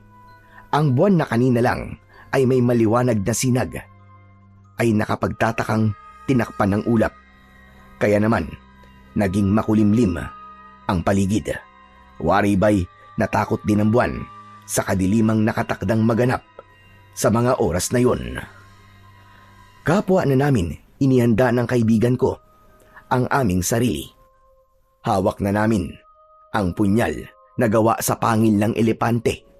Napatingin ako kay Lola Rubina. Tahimik lang sa isang bahagi ng bahay. Hawak naman niya ang isang supot. Pinagmasdan ko yun. Nakita ko na mga butil ng bawang na sadya niyang pinagiwahiwalay upang dumami. Ito ang kanyang magiging pananggalang laban sa mga aswang na amalanhig. Maya-maya pa ay may naamoy akong hindi kaaya-aya. Napatingin ako kay Tatoy. Napasimangot ako dahil sa aking naaamoy. O, teka. Ba't ganyan ang pagkakatitig mo sa akin, Pards? Ang baho kasi. Mukhang nagpalabas ka na naman ng hindi magandang amoy. Hoy. Ayos ka lang ba? Tahimik ang tiyan ko, no? Hindi ako nagpapasingaw. Baka ikaw, tapos ibibintang mo lang sa akin. Sabi nga, kung sinong unang pumiyok ay siyang nangitlog. Hoy, hindi ako Saka, konti lang kinain ko kanina, no? Huwag na nga kayo magtalo. Ano ba kayo? Hala, kayo naman po pala yun, Lola Rubina eh. Dapat po mag-CR na kayo. Amoy bulok na po yan eh. Ilabas nila. Jaske kang bata ka. Hindi rin ako. Saka hindi ganun katindi ang amoy ng kwan ko. Saan po yung galing? Patugo dito sa lugar natin na simoy ng hangin. Ibig lang sabihin, dala ng hangin ang amoy nila. Ibig niyo sabihin, yung bumangong mga bangkay na aswang sa sementeryo? Ganun na nga. Lumabas na sila ng kanilang libingan. Nagsisimula na silang maglakbay at patugo sila rito. Dahil tiyak, naaamoy na nila ang inyong sariwan dugo. Naku po, eto na nga yun. Wala na tong atrasan. Mapapalaban na talaga tayo, Jomar. Handa na ako, Tatoy. Hindi ko sila tatantanan. Itatara ko sa kanila ang hawak kong punyal. Tumayo ako dahil patuloy sa pagtindi ang mabahong amoy. Isa lang ang ibig sabihin nun. Malapit na sa lugar namin ang mga amalanig. Sumilip ako sa labas sa pamamagitan ng nakaawang na bintana. Mula sa di kalayuan ay may nakita akong gumagalaw at mabagal na lumalakad. Pakiramdam ko ay sila na ngayon, patungo na sa kinaroroonan namin, ang mga aswang na amalanhig. Pards, humanda na tayo. Malapit na sila. Kanina pa ako nakahanda, Pards. Bakbakan na to. Sumilip din sa labas ng bahay si Tatoy. Nanlaki ang mga mata niya at Jesus Mariose pa nang makita ang mga gumagalaw na nilalang. Kasabay ang matinding mabahong amoy. Nakarinig din kami ng sigawan ng mga tao. Ipinagtaka ko yun dahil ang buong alam namin ay tanging kami lamang ang pakay ng mga amalanig. Subalit bakit ngayon ay tila may iba silang nais biktimahin? Lola, ano po nangyayari? Bakit may mga tao po sumisigaw sa labas? Sila ang mga taga rito na nakita ng mga amalanhig sa labas ng bahay sa mga lugar na kanilang dinaraanan. Maging sila po ay biktima na rin? Interesado rin sila sa dugo ng mga yon? Hindi, Apo. Kundi ang interes nila ay maging aswang din ng mga taong yun. Oras na makagat sila ng mga amalanhig, mawawalan sila ng malay. Posibleng mamatay din. Pero kapag nabuhay uli sila, magiging amalanhig din sila. Kailangan rin namin silang tulungan, Lola. Halos hindi pa natatapos sa kanyang sasabihin si Tatoy ay naramdaman kong tila nililindol ang aming bahay. Inuuga ito ng mga amalanig. Kasabay nun ang kanilang nakakatakot na mga pag-angil. Anak nandito na sila, Lola Rubina. Mahabagin langit, sisirain nila ang bahay ko. Sa pilitan silang papasok dito. Anong gagawin namin, Lola Rubina? Kailangan lumabas tayo. Sa labas, doon nyo sila harapin. Mawawasak ang bahay na ito kapag nagpumilit silang pumasok. Kapag lumayo sila, lalagyan ko ng pagontra ang palibot ng bahay ko. Kaya dapat silang umalis dito. Wala kaming nagawa ni Tatoy, kundi sundin ang sinabi ni Lola Rubina. Binuksan ni Tatoy ang pintuan ng bahay at nagmamadali kaming lumabas. Hindi kami makapaniwala sa nakita naming mga amalanig. Grupo-grupo sila at handa nga silang atakihin kami. Nang makalabas ako ng pinto ay nagmamadali akong tumakbo. Nauna na ako at nakita ko na kagad na pumihit ang mga amalanig para sundan ako. Naiwan si Tatoy pero ramdam kong nakasunod na rin siya. Samantalang si Lola Rubina naman ay napaligiran ng mga amalanig. Nakita ko, nakasunod ko nga si Tatoy. Hindi nga nakasunod sa amin si Lola Rubina. Naiwan sa loob ng kubo si Lola Rubina, Pards. Anong gagawin natin? Hindi ko maaaring pabayaan ang lola ko. Babalikan natin siya. Bumalik kami ni Tatoy.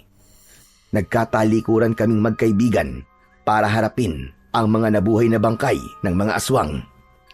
Tama na yan! Pabayaan niyo ang lola ko! Mga jablog buwang kayo! Mga bigi ba kayo? Tantanan niyo si Lola Rubina! Kami ang harapin niyo, mga mababahong aswang!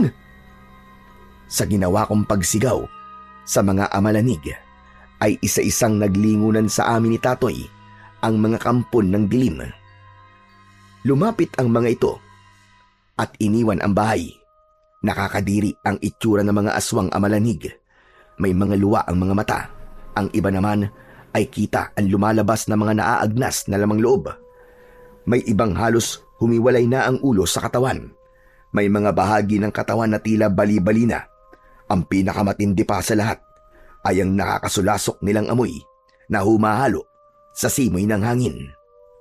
Wala kaming ibang pagpipilian kundi ang harapin ang mga nabuhay na bangkay sa Barrio Noches. Inihanda ko ang hawak kong punyal. Halos masuka-suka ko sa amoy ng mga amalanig pero tiniis ko yun. Sinugod ko isa-isa at ibinaon sa kanilang katawan ang hawak kong punyal. Sa bawat pagsaksak ko gamit ang hawak kong punyal ay lumalagpas ang aking braso sa kanilang katawan. Lumulusot yun dahil nga litaw na ang kanilang lamang loob. Naririnig ko rin ang pandidiri ni Tatoy. Katulad din ng nangyari sa akin ang kanyang nararanasan. Lumulusot din sa katawan ng mga amalanhig ang punyal na isinasaksak sa kanila. Kaya ang ginawa ko ay sa kanilang bunbunan ko isinaksak ang hawak kong armas.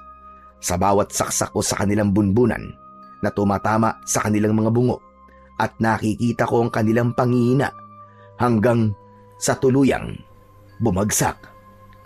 Kaya sinigawan ko si Tatoy kung ano ang dapat niyang gawin.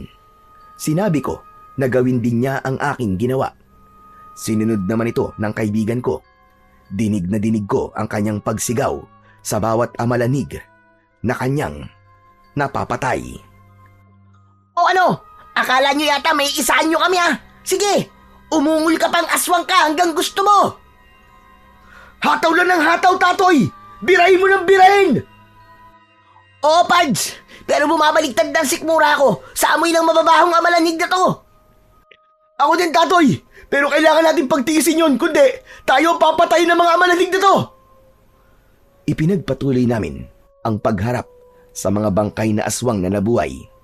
Tila hindi nauubos ang mga ito. Kung may mga napapatay kami ni Tatoy, ay merong dumarating at mas marami pa. Ibig lang sabihin, maraming mga bangkay ng aswang ang nakalibing sa sementeryo ng Barrio Noches. Hindi ngayon nakapagtataka dahil nakilalang baryo ng mga aswang ang nasabing lugar ayon sa pagkakakwento ni Lola Rubina. Yun nga lang, hindi siya naging kauri ng mga aswang. Ayon din sa kanyang kwento, ay may mga katulad niya sa baryo na piniling manatiling normal na tao kaysa ang maging bahagi ng mga nilalang na naghahasik ng dilim. Ayaw nilang maging aswang at nagawang igalang yon ng mga naninirahan doon.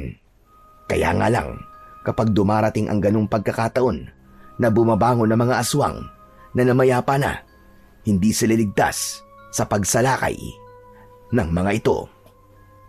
Napatingin ako kay Tatoy. Pinipilit pa rin niyang harapin ang mga amalanig.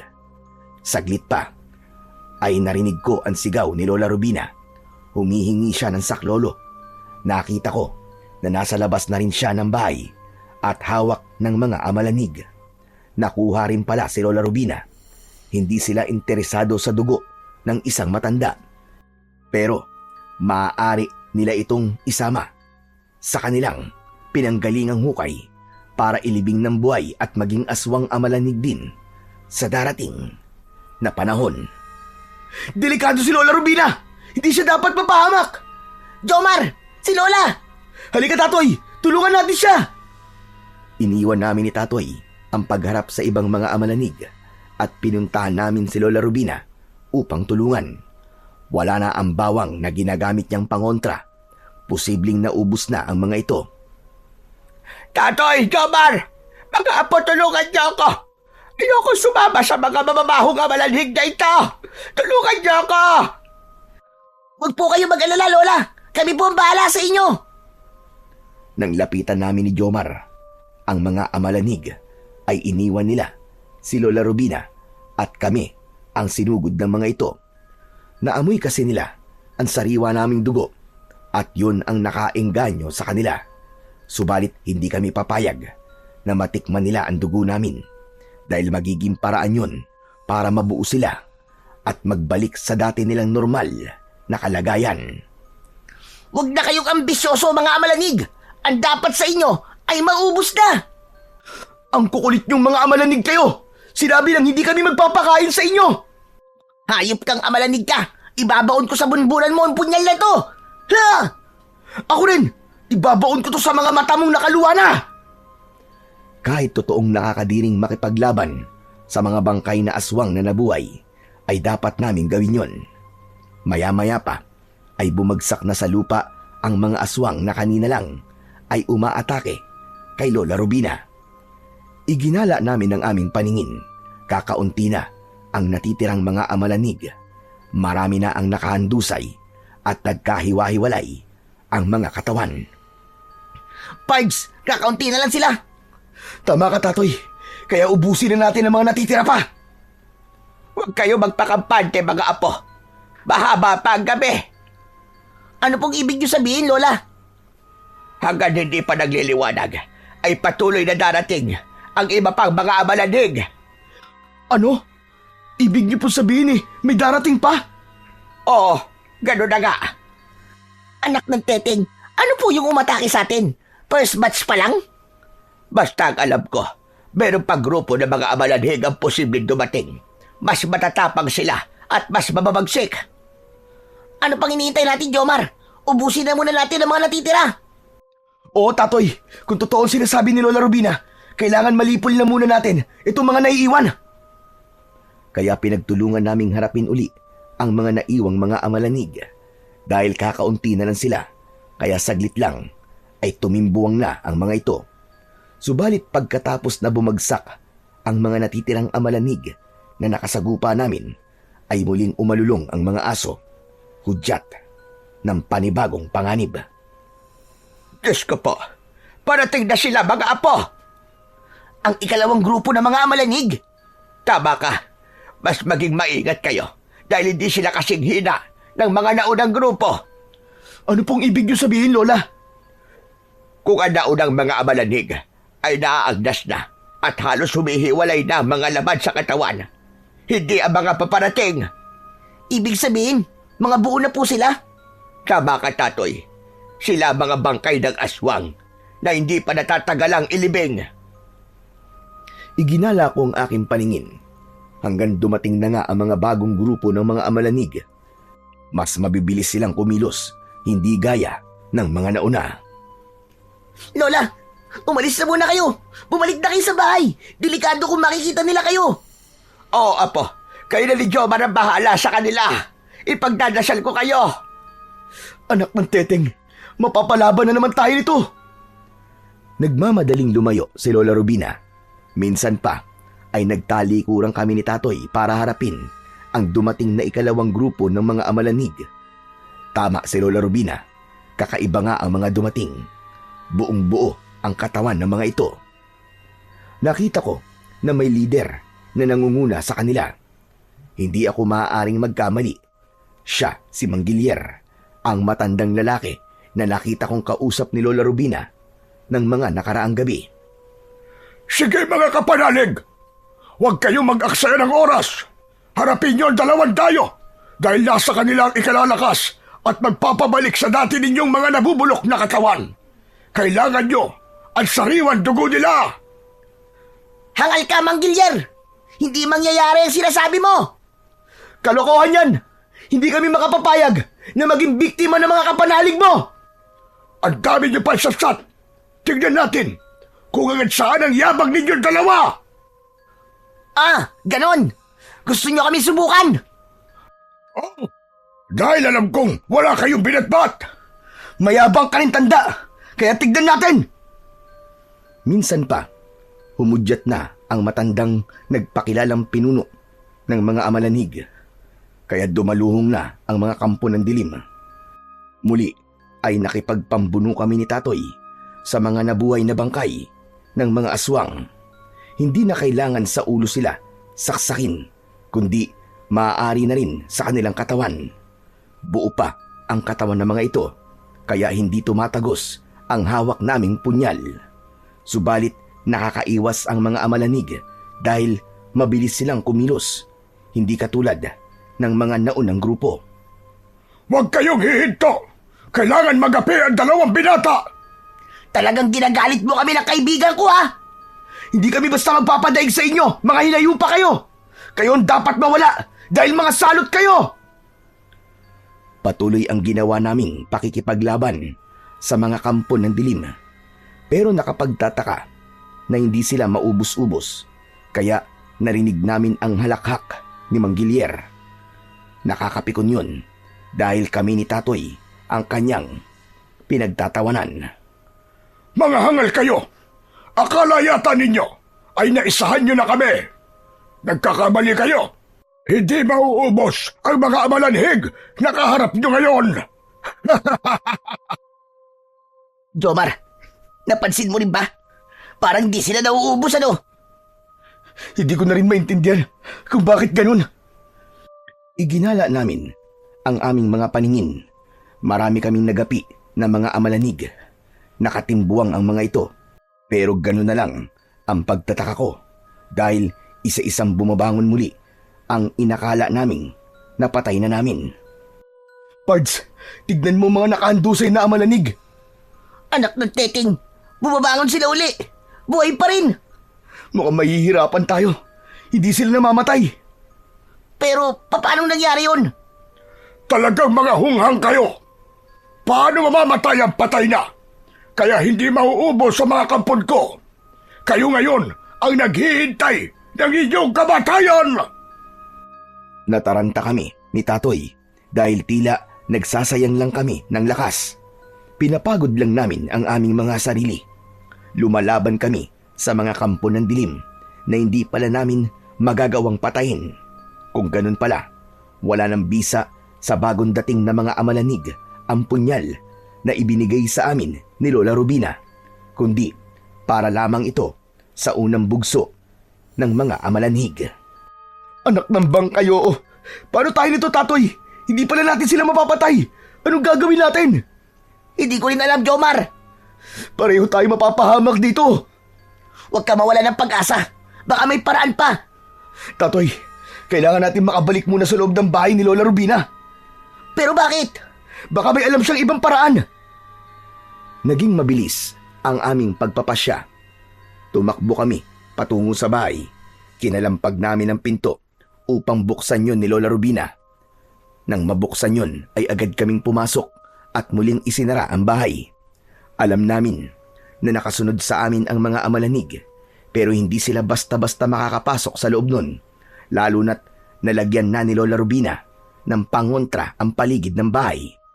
Nalagyan na rin niya ng asin at bawang ang palibot ng bahay. Nariyan pa rin ang kampo ng dilim, pero hindi sila basta-basta makakapasok dito sa loob. Alam po namin, Lola. Lola Rubina, hindi kaya ng punyan lagawa sa pangil ng elepante ang mga bangkay ng aswang.